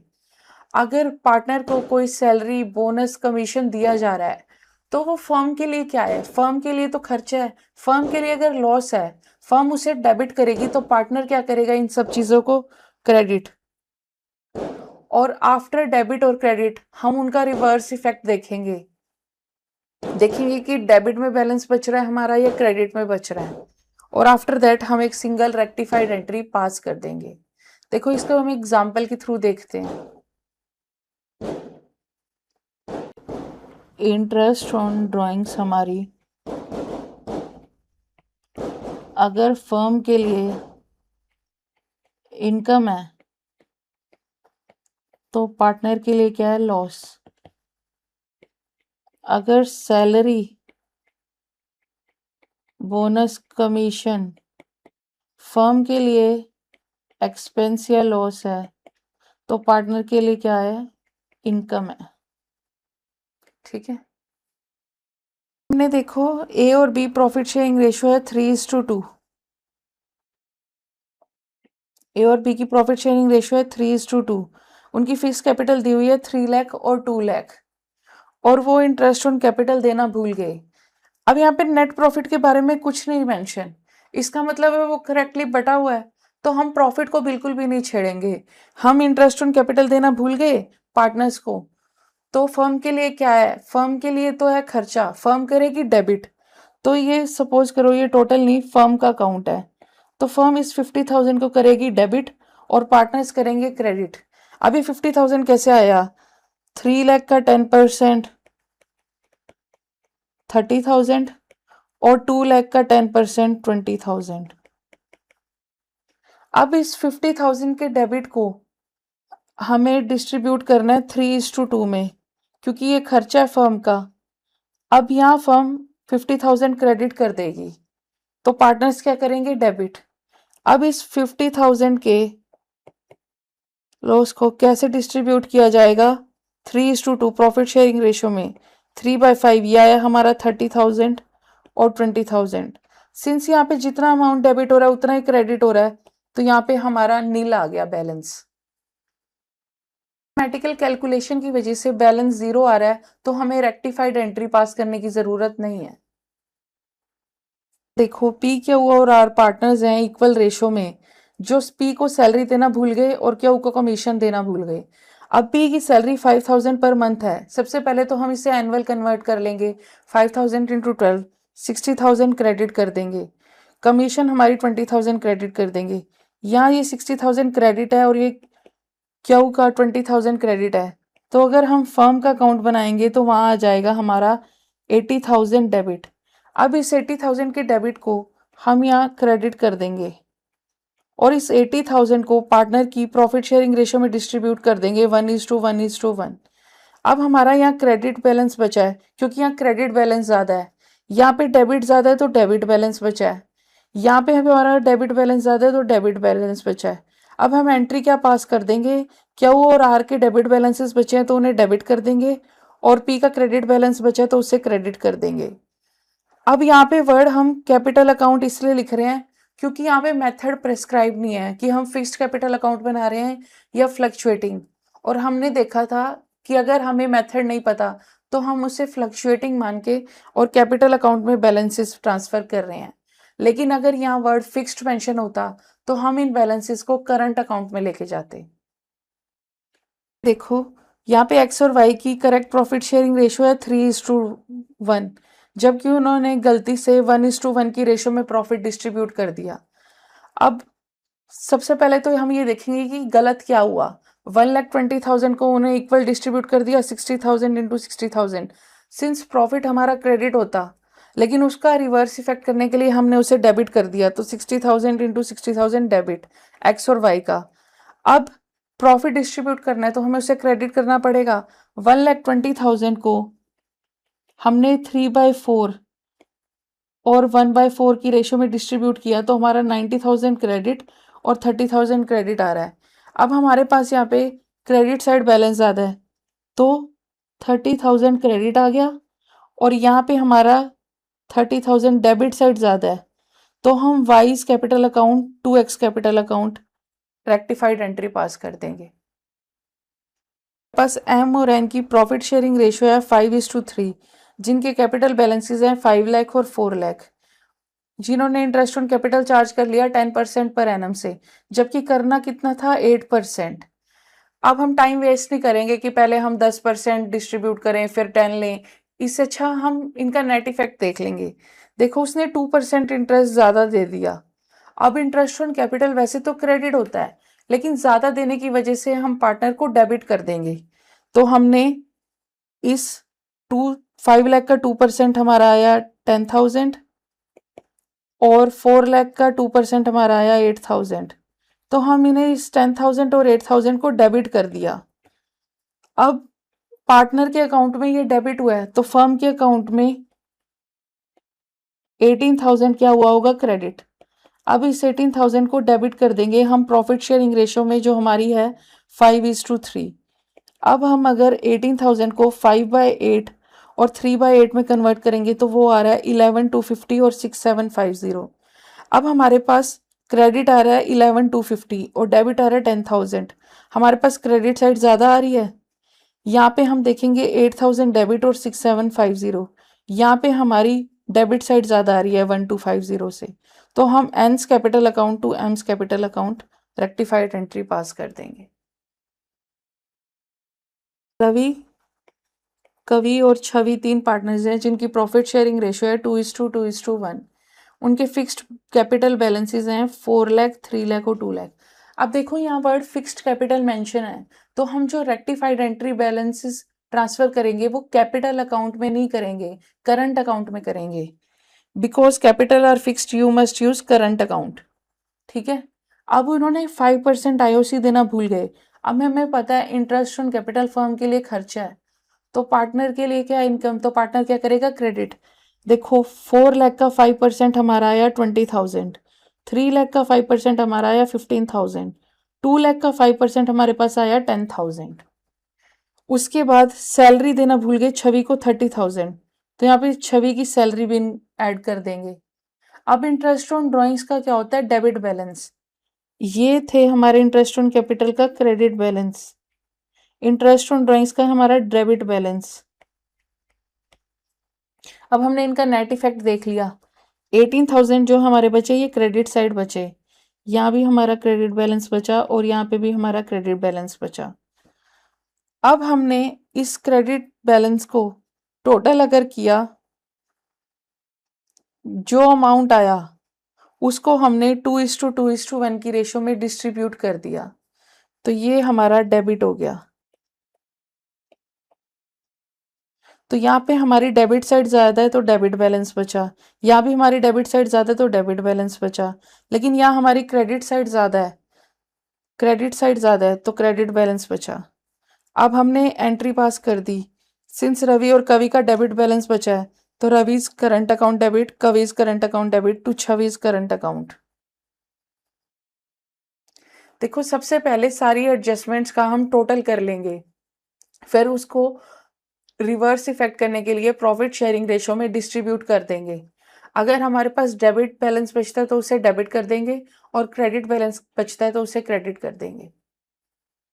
पास्ट एडजस्टमेंट में क्या क्या चीज़ें देखी, अगर कोई रॉन्ग रेशो में अमाउंट डिस्ट्रीब्यूट हुआ है तो रिवर्स कर दो उसका इफेक्ट और डिस्ट्रीब्यूट कर दो करेक्ट प्रॉफिट। अगर रॉन्ग रेट है तो ऐसा नहीं है कि पहले हम उसको गलत डिस्ट्रीब्यूट करेंगे फिर सही डिस्ट्रीब्यूट करेंगे, जो उनका नेट इफेक्ट है हम वो ले लेंगे, यूज शॉर्टकट। और अगर फिक्स्ड कैपिटल अकाउंट दिया हुआ है तो हम उसे करंट अकाउंट में ट्रांसफर कर देंगे। ठीक है, हम देखेंगे कि गारंटी ऑफ प्रॉफिट के केसेस में हम कैसे सॉल्व करते हैं। देखो सबसे पहले तो प्रॉफिट शेयरिंग रेशो में डिस्ट्रीब्यूट कर दो। अगर किसी पर्टिकुलर पार्टनर ने गारंटी की है और अमाउंट शॉर्टफॉल हो जाता है तो जिस पार्टनर ने गारंटी की है उसके बैलेंसेस से लेस कर देंगे और जिसको गारंटी मिली है उसके अमाउंट में ऐड कर देंगे। और अगर दोनों पार्टनर्स, सपोज करो ए बी और सी तीन पार्टनर्स हैं, ए और बी ने गारंटी की है, अगर सी का शॉर्टफॉल हो जाता है तो इस केस में ए और बी पार्टनर्स प्रोपोर्शनेटली उसको बेनिफिट देंगे। लेकिन यहाँ पे जो बेनिफिट दिया जाएगा वो एक स्पेसिफिक रेशो मेंशन होगी। अगर स्पेसिफिक रेशो मेंशन है तो हम हमेशा वही लेंगे, फर्स्ट ऑप्शन उसी को चूज करेंगे। लेकिन अगर स्पेसिफिक रेशो गिवन नहीं है तो जो भी ए और बी की बची हुई रेशो है तो उस रेशो में उस अमाउंट को डिस्ट्रीब्यूट कर देंगे। पे अमर अकबर एंथनी है जिन्होंने की प्रॉफिट शेयरिंग रेशो है 5:3:2। एंथनी ने गारंटी की मिनिमम प्रॉफिट 50,000। अब टोटल प्रॉफिट है हमारा 2 लाख। सबसे पहले तो हम जो ये नेट प्रॉफिट 2 लाख है इसको प्रॉफिट शेयरिंग रेशो में डिस्ट्रीब्यूट कर देंगे। 2 लाख को 5/10, 2 लाख का 5/10 हमारा आया 1 लाख, 2 लाख का 3/10 आया हमारा 60,000 और 2 लाख का 2/10 आया हमारा 40,000। अब एंथनी को गारंटी मिली कि उसका प्रॉफिट मैक्सिमम 50,000 रहेगा। सिंस एंथनी का प्रॉफिट 40,000 है, सबसे पहले तो इसका बैलेंस 50,000 कर दो। तो 40,000 में हमने 10,000 ऐड किया तो हमारा एंथनी का गारंटीड प्रॉफिट मैच हो गया 50,000। अब इस 10,000 को 1000 की जो ये डेफिशिएंसी हुई है इसे अमर और अकबर डिस्ट्रीब्यूट करेंगे 5:3 की रेशो में। 5:3 की रेशो क्या होगी, 5/8 और 3/8। तो 5/8 किया तो 6250 आया और 3750 आया। अब अमर और अकबर में से ये 6250 और 3750 लेस कर देंगे तो इस तरह से हमारा फाइनल प्रॉफिट डिस्ट्रीब्यूट होगा। नेक्स्ट हमारे पास आता है कि एक्स वाई और जेड पार्टनर्स हैं 4:3:3 की रेशो में। जेड ने की गारंटी प्रॉफिट 80,000 के प्रॉफिट की गारंटी की। डेफिशिएंसी एक्स अकेला बर्डन बोन करेगा। नेट प्रॉफिट हमारा दिया हुआ है 2,10,000। देखो सबसे पहले तो हम इस 2,10,000 के प्रॉफिट्स को डिस्ट्रीब्यूट कर देंगे 4:3:3 की रेशियो में, यानी 4/10, 3/10 और 3/10। अब हमने डिस्ट्रीब्यूट किया तो ये हमारा प्रॉफिट आ रहा है 84,000, 63,000 और 63,000। अब गारंटी मिली थी जेड को, जेड का टोटल बैलेंस तो 80,000 होना चाहिए, तो हम इसमें 17,000 ऐड करेंगे। 80,000 में से 63 लेस करेंगे तो 17,000 की जो डेफिशिएंसी है ये ऐड कर देंगे। अब ये 17,000 का बर्डन अकेले एक्स बियर करेगा तो सिर्फ एक्स के अमाउंट से लेस होगा, वाई के अमाउंट को हम बिल्कुल भी नहीं छेड़ेंगे। तो यहाँ पे सिर्फ हमारा एक्स का अमाउंट लेस होगा।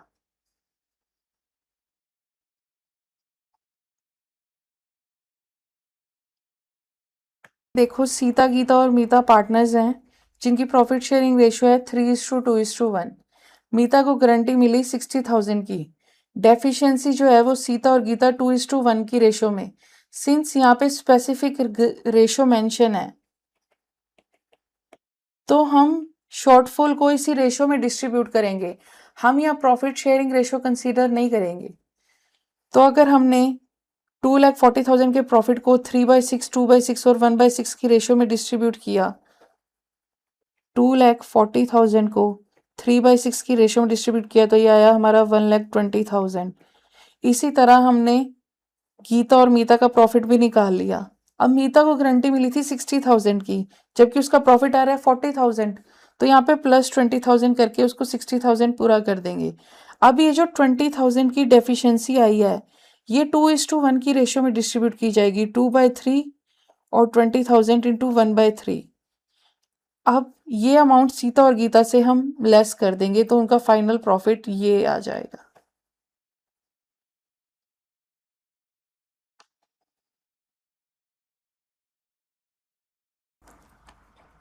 अब देखो, अमर, सुमित और पुनीत पार्टनर्स हैं जिनकी प्रॉफिट शेयरिंग रेशियो है 2:2:1। पुनीत को गारंटी मिली 40,000 की। अमित ने फर्म को गारंटी दी कि फर्म का प्रॉफिट 1 लाख रहेगा, लेकिन फर्म ने सिर्फ अर्न किए 80,000। गारंटी मिली थी 1 लाख अर्न करने की फर्म को, जबकि उसका प्रॉफिट आया 80,000। तो जो 20,000 का शॉर्टफॉल है, ये हम प्रॉफिट में ऐड कर देंगे। तो 1,50,000 प्लस 20,000 1,70,000 आ गया। जो भी फर्म को गारंटी मिली है, सबसे पहले हम उस गारंटी को ट्रीट करेंगे। फर्म को गारंटी मिली थी कि 1 लाख का प्रॉफिट होगा, जबकि हुआ 80,000 का।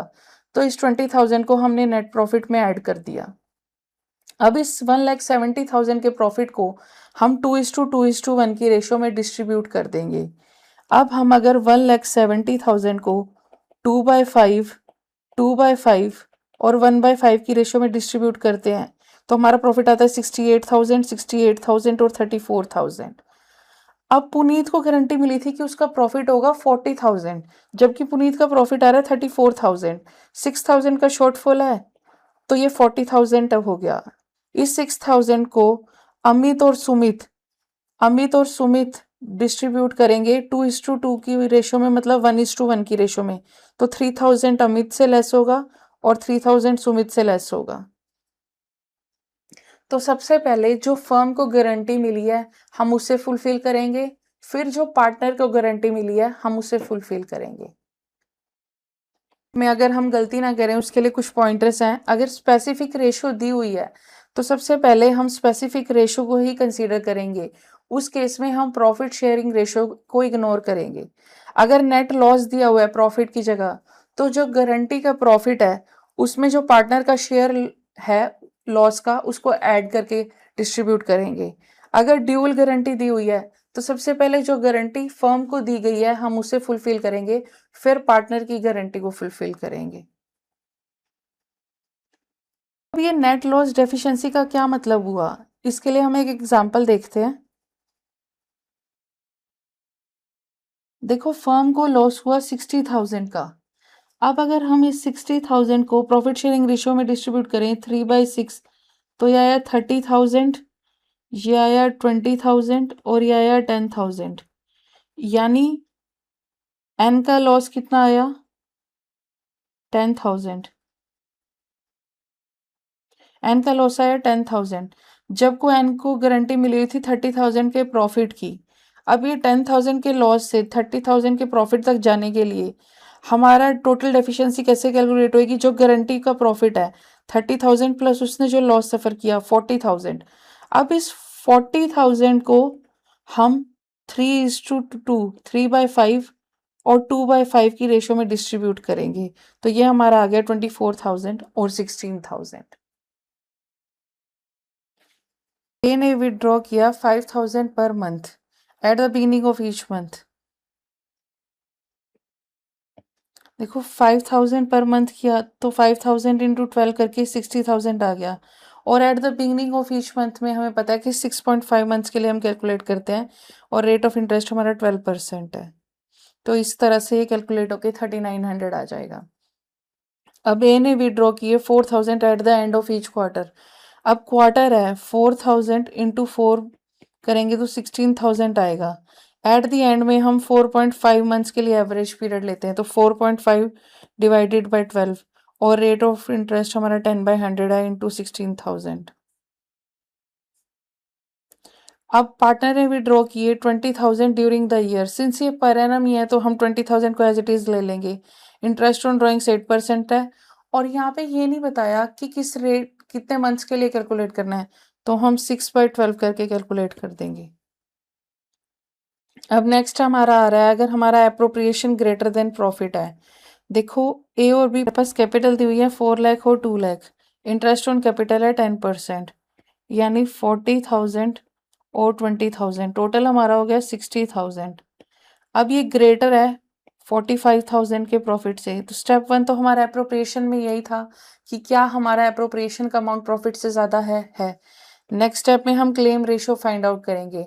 अब क्लेम रेशियो के लिए जो जो अमाउंट पार्टनर्स डिमांड कर रहे हैं, जैसे वो 40,000 और 20,000 कर रहे हैं, तो 2:1 की क्लेम रेशियो हमारी आ गई। अब हम इस 45,000 के प्रॉफिट को 2/3 और 1/3 की रेशियो में डिस्ट्रीब्यूट कर देंगे। नेक्स्ट है हमारे पास पार्टनर्स कमीशन का। यहाँ पे दिया हुआ है 10% हमारी कमीशन है आफ्टर चार्जिंग सच कमीशन। तो हम नेट प्रॉफिट का अमाउंट लिखेंगे, इनटू रेट लिखेंगे, डिवाइडेड बाय 100 प्लस रेट लिखेंगे। जैसे यहाँ है हमारा 1,10,000 इंटू 10% रेट है और यहाँ पे 110 करके, तो हमारी 10,000 कमीशन आ गई। अब नेक्स्ट हमारा गारंटी पे क्वेश्चन। 5:3:2 की रेशो है। आर को गारंटी मिलेगी, उसका 20,000 प्रॉफिट रहेगा। सबसे पहले तो हम इस 80,000 के प्रॉफिट को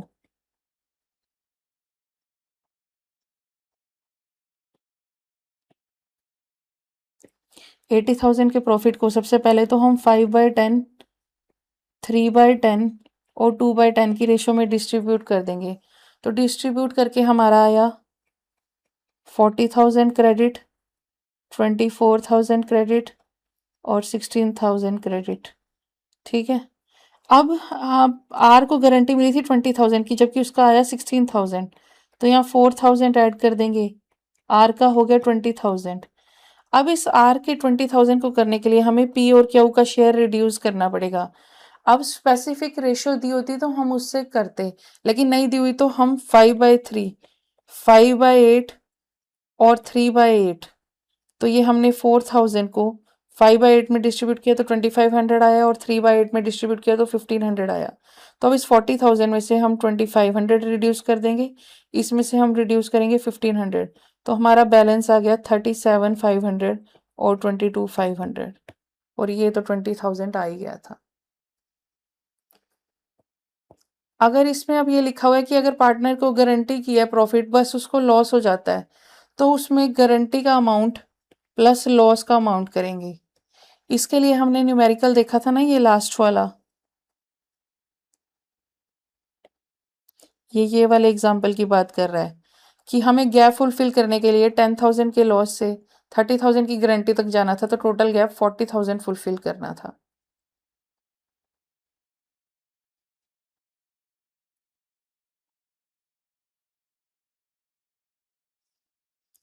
अब नेक्स्ट है हमारा past adjustment. Interest on capital 10% हम देना भूल गए। पार्टनर्स की कैपिटल थी 50,000 और 30,000। अब ये 5,000 क्रेडिट होना था, 3,000 क्रेडिट होना था, 8,000 फर्म के अकाउंट में डेबिट होना था। ये थे एक्स और वाई। अब इस 8,000 को क्रेडिट कर दिया। अब इस 8,000 को हम प्रॉफिट शेयरिंग रेशो में 1:1 में वो पार्टनर थे, तो 4,000 डेबिट और 4,000 डेबिट। अब हमारे पास 5,000 क्रेडिट और 4,000 डेबिट हो गया, तो हमारे पास 1,000 से क्रेडिट बैलेंस ज़्यादा आ रहा है और यहाँ हमारा 1,000 से डेबिट बैलेंस ज़्यादा आ रहा है, तो Y capital account debit to X capital account. अब नेक्स्ट हमारे पास 60,000 का प्रॉफिट था जो हमने इक्वली डिस्ट्रीब्यूट किया ए और बी, लेकिन हम सैलरी देना भूल गए ए को। देखो ए और बी और फर्म का अकाउंट है। अब ए की सैलरी थी 10,000 क्रेडिट, बी का कुछ नहीं था, यहाँ 10,000 डेबिट। अब यहाँ 10,000 हमने क्रेडिट कर दिया और इस 10,000 को हमने इक्वल रेशो में डिस्ट्रीब्यूट करना है। तो यहाँ आ गया हमारा 5,000 डेबिट और यहाँ आ गया हमारा 5,000 डेबिट। अब 10,000 क्रेडिट और 5,000 डेबिट, हमारे पास 5,000 का क्रेडिट बैलेंस आ गया, यहाँ हमारा 5,000 डेबिट आ गया और यहाँ नील। तो B is capital account debit to A's capital account. Next है कि फिक्स्ड कैपिटल अकाउंट और फ्लक्चुएटिंग कैपिटल अकाउंट में क्या डिफरेंस है। देखो फिक्स्ड में हम दो अकाउंट बनाते थे, कैपिटल अकाउंट और करंट अकाउंट, जबकि फ्लक्चुएटिंग में हम एक ही अकाउंट बनाते थे। अब ऐसा कौन सा अकाउंट है जो रेक्टिफाई करने के लिए बनता है सैलरी और इंटरेस्ट को। देखो इसको हम एनालिटिकल टेबल भी कहते हैं या profit and loss adjustment sheet भी कहते हैं। ये जो हमने इस क्वेश्चन में टेबल बनाया ना, इसे हम एनालिटिकल टेबल भी कहते हैं। या तो एनालिटिकल टेबल बनाएंगे हम, या profit and loss adjustment account भी ओपन कर सकते हैं, लेकिन वो तभी करेंगे अगर स्पेसिफिकली मेंशन किया हो। अब पार्टनर की फिक्स्ड कैपिटल किस कंटेक्स्ट में चेंज हो सकती है, अगर कोई एडिशनल कैपिटल इंट्रोड्यूस करें या कोई कैपिटल अमाउंट विड्रॉन करें, सिर्फ इसी केस में फिक्स्ड कैपिटल बैलेंसेस चेंज हो सकते हैं। अब यहाँ पे हमारा ये चैप्टर कंप्लीट होता है। लेकिन मैं आपको कुछ क्वेश्चंस दिखाऊंगी जिनका आप स्क्रीनशॉट ले लेना, जिसमें हम एग्जाम में रिसेंटली आए कुछ पास्ट एग्जाम्स क्वेश्चन दिखाऊंगी, जिनका आप स्क्रीनशॉट लेके सॉल्व करके और आंसर कमेंट में बता देना। अगर कोई ऐसा क्वेश्चन होगा जो आपसे नहीं सॉल्व होगा या उसमें डिफिकल्टी होगी तो आप मेंशन कर देना, हम नेक्स्ट क्लास में वो क्वेश्चंस डिस्कस कर लेंगे। और अगर आप चाहते हो कि सारे ही क्वेश्चंस मैं करा दूं तो वो भी पॉसिबल है, आप मेंशन कर दीजिएगा। देखो मैं स्क्रीनशॉट दिखाती हूँ आपको।